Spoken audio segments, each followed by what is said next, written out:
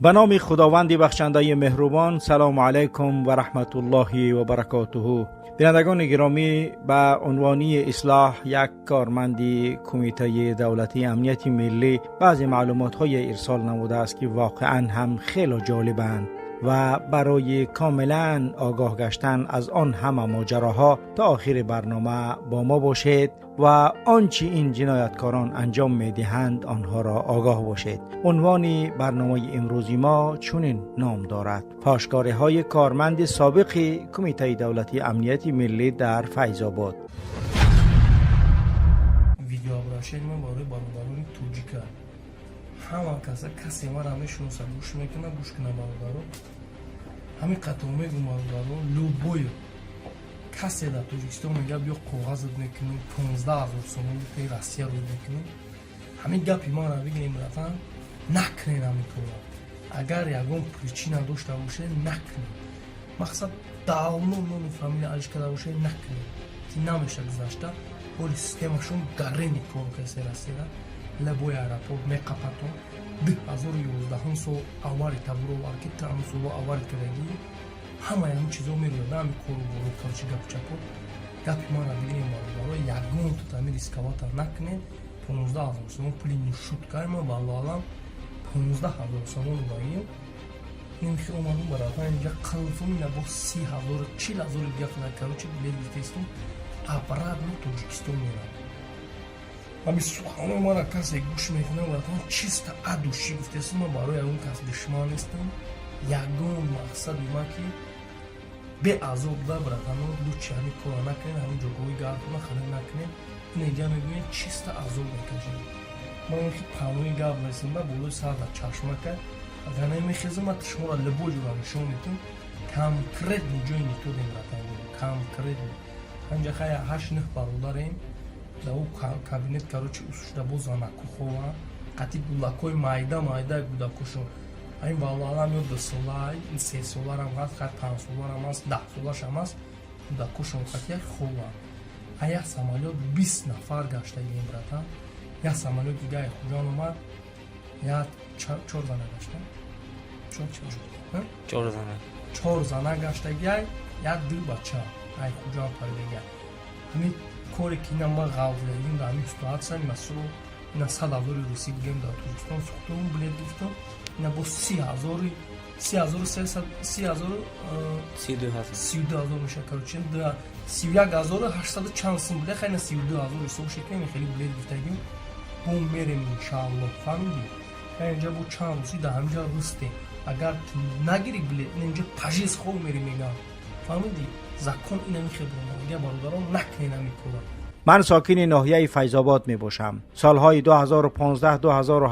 در کمیته دولتی امنیت ملی به حیث کارمند غیر اشتراکی کار می کردم. وظیفه من از آن عبارت بود که درباره کارگران شعبه وزارت کارهای داخلی در فیض آباد و صاحبکارانی که به کارهای غیر قانونی مشغولند معلومات جمع آوری نمایم. من به چشم سرم دیدم که میلیسیا به جای آنکه آرامی و آسودگی خلق را تأمین کند برعکس به خلق و ملت ظلم میکند و خون خلق را میخورد. یک مثال عادی با واسطه دختران سبکپای، بچه‌های را که نو از روسیه از مهاجرت مهنتی آمده اند подстава میکنند. Не трогай, гражданское общество не трогай.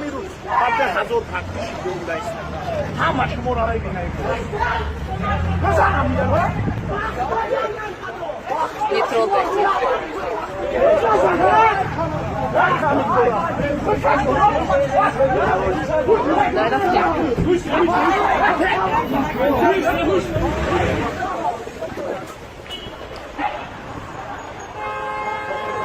بهادر معاون او کافتکاب جنایی شعبه وزارت کارهای داخلی در ناحیه فیض آباد از سال 2013 کار و فعالیت میکند. 7 سال است که اینجا کار میکند. وی در کراتگینسک دوشنبه زندگی میکند. نفر دیگر غلام علیف عنایت که ساکن فیض آباد میباشد. وی در سال 2016 سردار آبنانی میلیسه ناحیه تعیین شد. تا آمدن او به این وظیفه در اینجا بچه ها بانگ میزدند. بعد آمدن او وضعیت یک باره خرابتر و وخیمتر شد. او به این وظیفه با دستگیری دلشاد مردان داماد شف پاور امام علی رحمانوف و با سرپرستی غفور صبح‌الدین که او نیز یک پدافیل دیگر است تعیین گشت. مقصد غلام علیف این بود که تجارت مواد مخدر را و نظارت دلشاد مردان درآورد، زیرا وی خواجه‌اش بود. اولین کاری که غلام علیف انجام داد این بود که بریگه ها را زیر کنترل خود گرفت. یک نفر با نام بهروز، یکی از این بریگه ها در محل پرفسیوز دوشنبه در اجاره به سر می برد. او از گمبلاق است. 3 شب پشت اجاره او کمین گرفت و عاقبت یک سحر او را با 1 کیلو نشعه دستگیر کرد و او 10 سال حکم گرفت. این کاری وی در ناحیه آوازه شد. اکنون او برای فروش مواد مخدر آدمهای خودش را ماند، چون که دیگرها سخت ترسیدند. یک جا با دلشاد مردان برای هر تریتوریا آدمهای خودشان را گذاشتند. در تریتوریای سنتر یا مرکز برادر خود غلام علیف عنایت با نام ابو و با لقب زور تجارت مواد مخدر را شروع کرد. ابو در راه سمت بیمارخانه بیلیارد دارد با نام بیلیاردی معلم، برای آنکه پدرش سالهای پیش معلم بوده است. ابو زور در همان بیلیاردنی آشکارا با فروش مواد مخدر دست میزند و آشکارا مشغول به فروش آن است. شخصان برای خرید نشعه می آمده رمز پرال دارند. رمز آنها کلمه میخ است. مثلا میخ 50 سومونی، میخ 100 سومونی. ابو زور از پول فروش مواد مخدر در مرکز ناحیه فیض‌آباد در بری اون ورمک یک مغازه 2 آشیانه ساخت. ابو بوزی ملیسه ها هم هست و تا حال بوزی میکند. من در یک چیز دیگرش حیرانم که رحیم برادر کلانی غلام علیف عنایت و مهلت 5 سال زندانی شده است و داغ سودی دارد، ولی چرا او در وزارت کارهای داخلی کار میکند، در حالی که نفران دیگر در چنین حالت از مقام برکنار میشوند؟ وقتی که عنایت سردار آبنان فیض‌آباد تعیین شد، مردم گفتند که گرگ را گوسپندبان ماندند. در تریتوری قشلاق ها باشد، حبیب سال تولدش 1993 از کوچه گگرین جیان دلشاد مردانی دامادی پاور امام علی رحمانوف را وظیفه دار کردند که دائما بانگ زده می گردد. یگان وقت هوشیار نیست. با ماشین آپل سیدن با شماره 9393 گشت و گذار می کند و در درون همین ماشین با آدم ها آشکارا نشعه می فروشد. در تریتوری کوچه چینایی و کوچه جامی اول سال تولدش 1993 بوده وابسته کرده شده است. در تریتوری پایان مرکز بیلیاردنی دیدار شادمانی مولا شریف سال تولدش 1992 ساکن کوچه زیبونیسا وظیفه دار کرده شده است. شادمانی مولا شریف بوزی میلیسیا ها است. دائما در بیلیاردنی دیدار میشیند. مثلا اگر یگان کس مبادا در پیش شادمان درباره حکومت و امام علی رحمان یگان چیز گوید، وای در تلفنش ثبت میکند. با این کارش سر چند کس را خورده است. تریتوریای میدان و باغ در دست آزاد شاگردی دست چپ دلشادی مردان است. سال تولد او 1990 از کوچه گگرین سپریده شده است. این نفران که بریگه های غلام علیف عنایت، سردار آبنان و دلشاد مردان شف پاور امام علی رحمانند، تمام جوانان ناحیه حتی نابالغان مکتب خانه صنف 9 10 11 را بنگی و گرچی کردند. تا آمدن غلام علیف عنایت و وظیفه سردار آبنان وضعیت این خیل نبود. نشعه‌مندها بودند ولی حالا خیلی زیاد شده و درد سر مردم پدر و مادرها و معلمها شدند. حالا این بریگه ها قریب آشکارا میفروشند. شادشه پامیری شاگرد دست راست دلشاد مردان از تمام بریگه ها روزهای سه شنبه داله جمع میکند. از 100 تا 500 دلار وابسته از تریتوریا. هر کسی که از دادن داله سرکشی کند او را غلام علیف عنایت در حال دستگیر کرده روانه زندان میکند.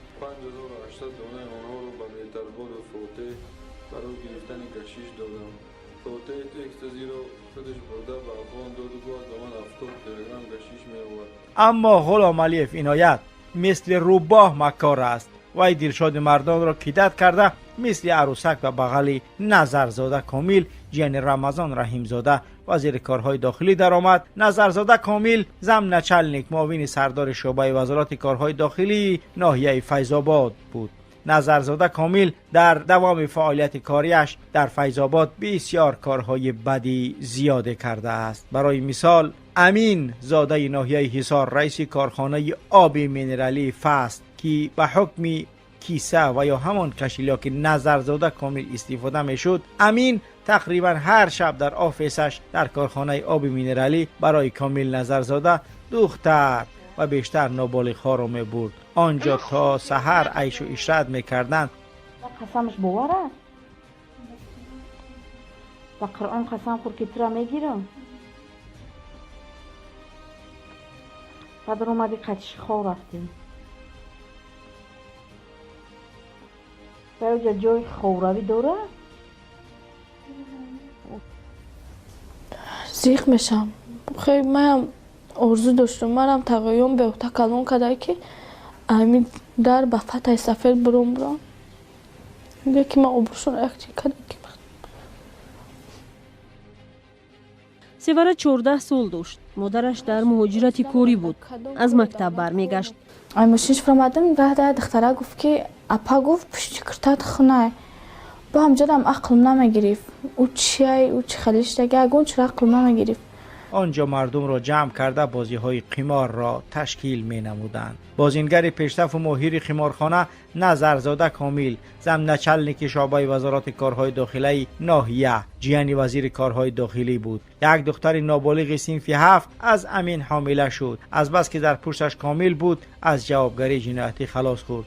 نظرزاده کامل غلامعلیف عنایت را استفاده بود و با عنایت نقشه کشیدند که چی خیلی بیشتر سوم کار کنند. یک بریگر را از لالگی دستگیر کردند. او را برای در آینده عملی گرداندن نقشه هایشان استفاده بردند.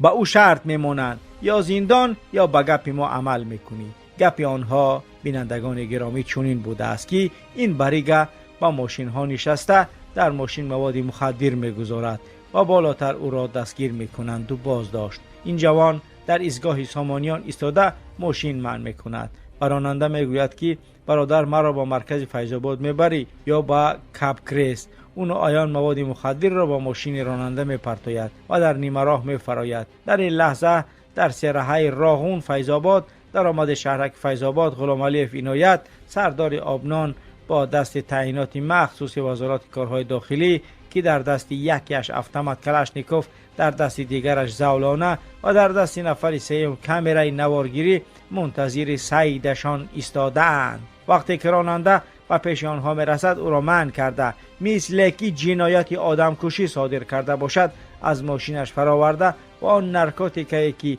بریگ پرتافته بود آن را گویا کشف و مصادره کرده و دلیل شیعی گفته میگیرند و کم بغلی بیچاره را 4 قطع کرده میبرند. این متد کارشان 7 ماه دوام کرد، ولی چی خیلی که میگویند خدا سختگیر و دیرگیر است و یک روز همان بریگه از لالگی باز همین کار را تکرار میکند. اما این دفعه تصادفاً ماشین یک کارمند کروبسیا را منع میکند. این کارمند کروبسیا در شهر راغون کار میکرده است و از دنغره به جای کارش روان بوده است.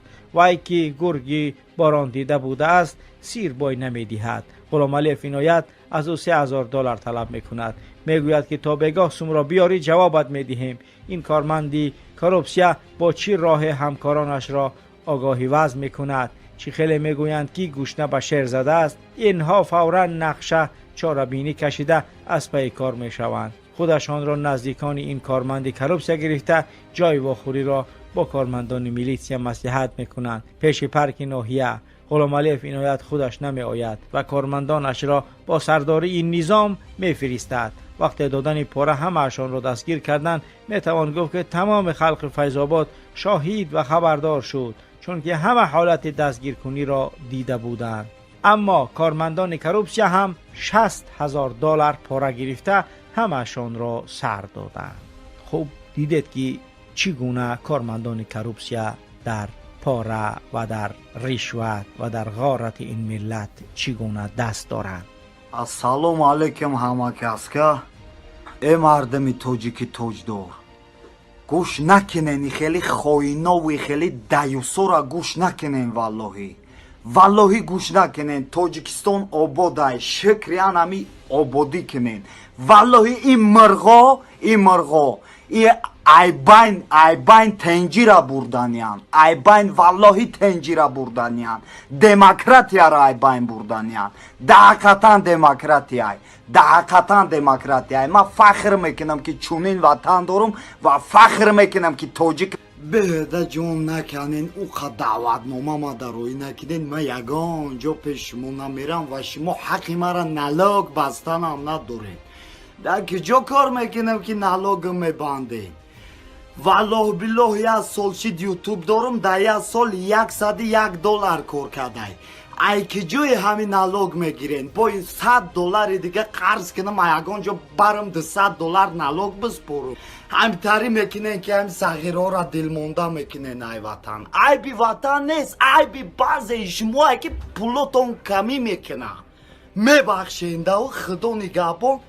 мара ай дига давлат бо наёвен қартон. اما سر و صداها سخت بلند شد که این چی گپ است که کارمندان حفظ حقوق چون این کار میکنند. یک ماه نگذشته کروپسی از سر نو دلای جنایتی کشاد. بعد روی آب آمدن کارهای حرامشان معاون سردار شعبه وزارت کارهای داخلی فیض‌آباد نظرزاده کامل دومش را خواده کرده و شعبه وزارت کارهای داخلی ناحیه سینای دوشنبه رفت. آخر او جیانی وزیر است که کک بود تا هیچ چیزی نشده است. نظام باشد به روسیه گرفته رفت، عین حال در کافتکاب جنایتی گویا قرار دارد. غلام علی فینایت باشد شب و شب به روسیه فرار کرد. پیش از فرار کامل نظرزاده با او میگوید که رو از چشم مردم یک سال در خارجه گرد، بعد بیا باز یک وظیفه نو گرفته میتیند. همش در دستی خودمونای. و افسوس که همین خیل هم شد. بینندگان گرامی، سال گذشته از روسیه برگشت و حالا باشد در شعبه وزارت کارهای داخلی ناحیه فیض‌آباد دایر بر نابالغان با دستگیری نظرزاده کامل و با سرپرستی غفور صبح‌الدین به وظیفه تعیین گشت. گفته است که $10,000 به کامل دادم. کامل لوبیم چی که وزیر وظیفه پیشینم رو میگیرم، از نو سردار آبنان میشوم. دلشاد مردان داماد شیف پاوری امام علی رحمان در اینجا مافیا تشکیل کردگی است. نامی بندهشان و رفسکای آبشستو می باشد. چی جوانی براهی که هست در اطاعت اوست و بالای این در ناحیه فیض‌آباد از یگان مقامات نمی ترسد، زیرا وی دامادی چایکشک پرزیدنت است. یه همش پرخریه، همش پلخریه. با نام خدا قسم اینمی بعد پدری گودک هر روز پل کنده و جوابش داده استن. من نمیتونم روی راست هم میگمشون، در قفاشون هم میگمشون که پلخرن، پرخرن، پدر نعلتن. چی حق داره که به خانه مرا دختر ارائه میکنه که بگیره او را دیوانه خانه بر. یا آدمی که صحت صحت سالم دیوانه رم شده باشم ایروی دیوانه کنی هم ورا دیوانه شدگیم. در کجایی که تقسیمات زمین برای اوچسکه نزد حولگی می شود، دلشاد حتما از آنجا 5-10 زمین می گیرد. در برخی از این زمین ها خانه ساخته می فروشد. اما اینجا عائله های هستند که در یک حولی 5 ساتخی 3-4 عائله زندگانی می کنند و این عائله ها از سال 2013 عریضه برای گرفتن زمین به حکومت ناحیه پیشنهاد کردگیند. امیدوار کردم میمانیتون شما راهبرا بعضن کارمندو کمیته زمین وعده میکنه همه جوه. الان مردم سرش گرنگ میکنه. برای این نگاه کنم میستاد مردم. یکی با همون زمین آبی میادودگی باشد. فایده میستاد، نمیسازد، نگاه میکنه. الان اون فسق و فساد با سر میکنه تا زمین آبی داده. دست کروپسی میزنه تا نمونه. میپرشتون. اما آنها تا حال زمین نگرفتند. دلشاد مردان در دره علاوک با نام زنی تقایف سراج 2 زمینی نزد حولگی دارد. با نام اکش مراد مردان که در درآمد شهرک جایگیر است 80 ساتق زمینی نزد حولگی و در کوچه جوانان 5 زمینی نزد حولگی. در نزد شعبه میلیسه ناحیه یک کافه دارد با نام درگیان و خودش دائما قماربازی میکند. وی در بین مردم آشکارا چند بار گفته است مرا دلشادی مردان میگن. ما اوچای امو آدم را فلان میکنم که یک تا آدمای مرا چقه میشه. منظور همون بریگه هایش است. کسانی در گروه دلشاد مردان داخل میشود که دلشاد اولا یک چیز را یادشان میدهد. مبادا اگر منطقه پنتون از شما میپرسن زن دارین، بگین ها داریم. اگر کی سری دستتونم گرفت، یعنی زن طلاق هم که قسمتون دادن، اگر چی گناهگار باشینم با کلا نگیرین، بگیر زن طلاق قسم خورین. خوب دیگر باور کنید اینها همه کار را میکنند. دلشاد مردان فتوا میداده است بینندگان گرامی که سر دست دادن یک طلاق حساب میخورد. رفته یک ملا را میاری نکاحت میکند و تمام میتونید زندگیتون دوام تید. خطیزانتون شریف و فرهاد برای دلشاد مردان بوده است. زنش را 3 بار طلاق داده است، باز از سر نکاح کرده تا حال زندگانی دارد. نعوذ بالله.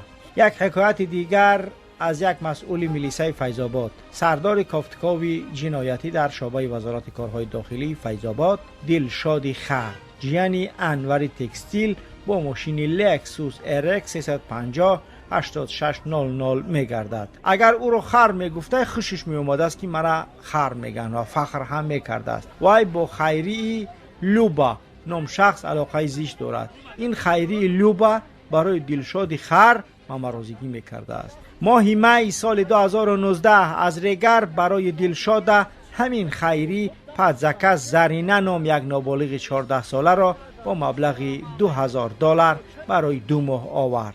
این نابالغ را اول خود دلشاد خر در خانه خیری لیوبا که در 4 آشیانه های روبروی دیدار در آشیانه یکم زندگانی میکند استفاده برده و بعدا برای پسته و آدمانی که سوم دارند پسته و کردن را سر کرد. خیر مثال حیاتی دختری ما سوخ. خیر یگان چورا نیست که مثال ما هم یا آدمی بیسولی. این زن میگوید 2 هفته اخیر آب چشم در بر رو نمیتواند به بیرون براید. به قبل او دخترش اولی همین ماه از سوی جوانی تجاوز شده و این حادثه خانواده و پیوندانش را در حالت سختی روانی قرار داده است. مثلا مجید شاروخ سردار اداره برق فیض‌آباد را پسته کردند. $5000 داده خلاص بود. خیری را تمام فیض‌آباد میشناسد. 3 شوهر کرده و هر 3 آنها را زهر داده کشته است میگویند. و یک پاپاروز هم دارد با نام ابراهیم لیوبا و بوزی ملیسه ها هم هست. بوزی ششم عدلی وحدت. هر روز جمعه ساعتهای 3 روز در پشت بازار مرکزی با یوسف نام ملیسه واخوری کرده خبرها را میرساند. مثلا کی از روسیه آمده و سوم بسیار کار کرده است، که خانه اش را فروخته است و حالا سومش را خرج نکرده است و آنها را به یگان بلا دچار کرده سومهایشان را باید کنند. یا مثلا که 2 زن گرفته است و از این قبیل گپ و کارها. این بوز همین گونه خبرها را میرساند.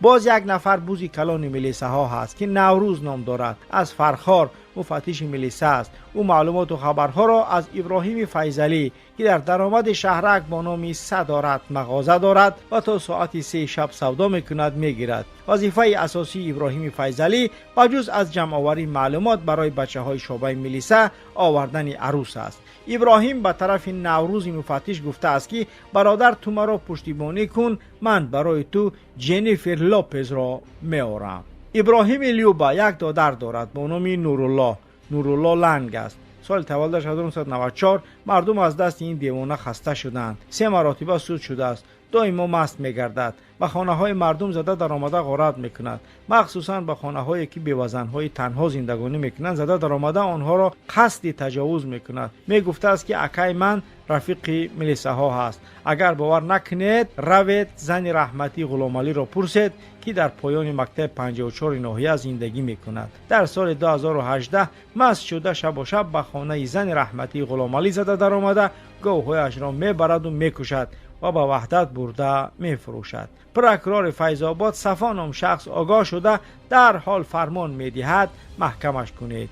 دلای جنایتی میکشایند و ابراهیم به رئیس سود ناحیه فیض‌آباد 12,000 سامانی پاره میدهد و رئیس وعده میدهد که کارش را حل میکند، اما هفته ای نگذشته رئیس بندگی میکند. خوب در مورد صفا جنایت های مخصوصی او در اصلاح وجود دارد. بینندگان گرامی حتما در این مورد تقدیم شما برنامه مخصوصی را از جنایت های همین صفا خواهیم کرد. این رئیس از حصار بود. بعداً نورالله را با مهلت 3 سال حکم دادند و ابراهیم باشد با همراهی پدرش فیضلی که در امنیت غیر اشتاتی کار میکند به حصار به سراغ خانه رئیس رفتند. زن مرحوم رئیس میبراید و کار را فهمیده میگوید روید قبرستان قبر را کنید مبادا سومهایتان در کیسه‌اش مانده باشد گیرید. غفور صبح‌الدین سال تولدش 84 زاده و استقامت کننده فیض‌آباد میباشد. اینها در اول یک فقیر بودند که با خر از ادیر تپکچه می آوردند و یکی بخت رویشان خندید. یک اکای کلانیش جمشید غفوری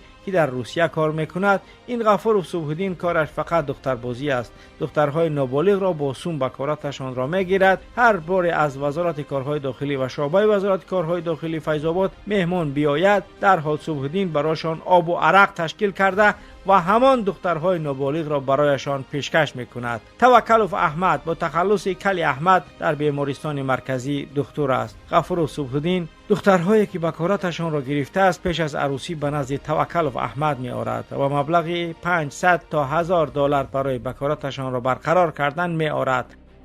من حکیم بابا ساکن نوریه شهر سال 2005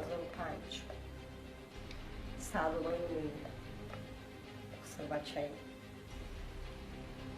پرزیدنت محترم امام رحمان در مبودن من به خونه ما اومده دختر چاکی 15 ساله ما مجبور از خونه گرفتن بوده گجای بوده نمیدونم بوده برای سوی تجاوز کرده.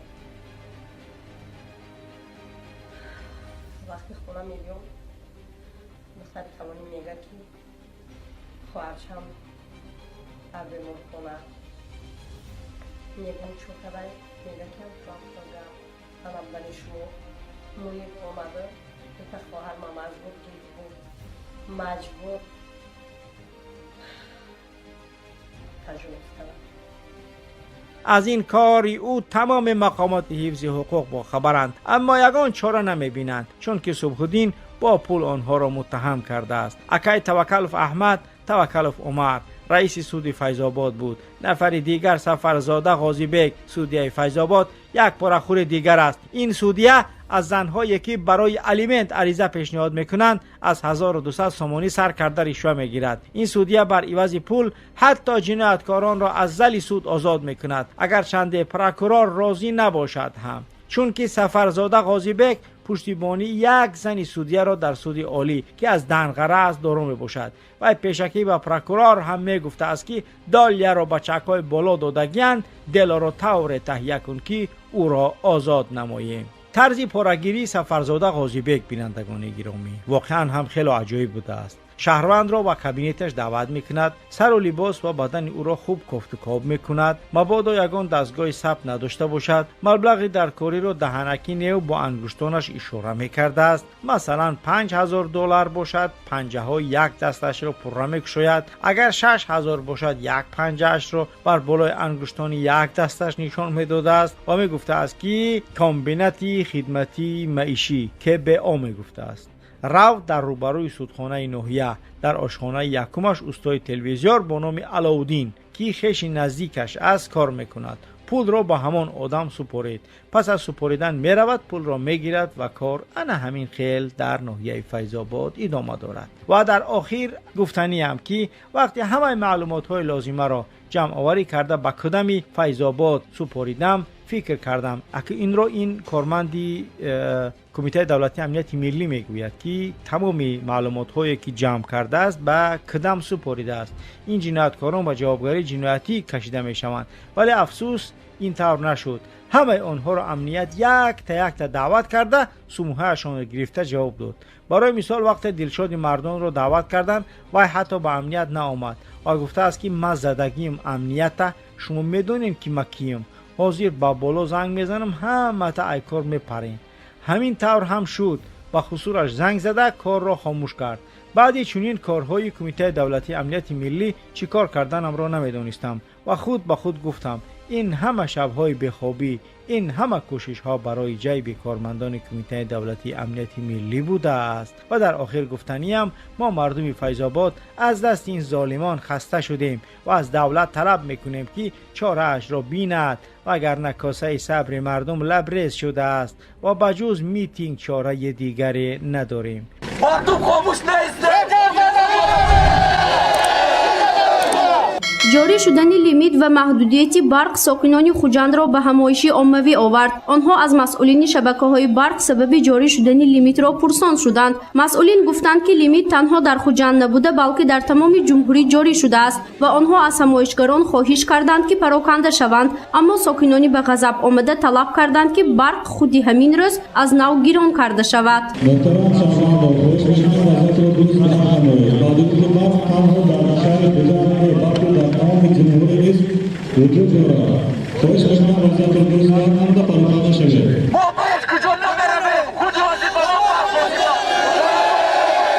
همایشگران وعده روزهای نزدیک با برق تامین شدنی ساکنان را از جانب مسئولین شبکه‌های برق بر دروغ خوانده آنها را گوش نکردند. به جای حادثه میلیسی شعبه وزارت کارهای داخلی در شهر خوجند برای آرام کردن وضعیت به عمل آمده حاضر شدند. آنها از همایشگران خواهش کردند که ترتیبات جمعیتی را ویران نکنند، اما آنها به نقلیات میلیسی هجوم کرده وضعیت را باز هم مشکل تر کردند.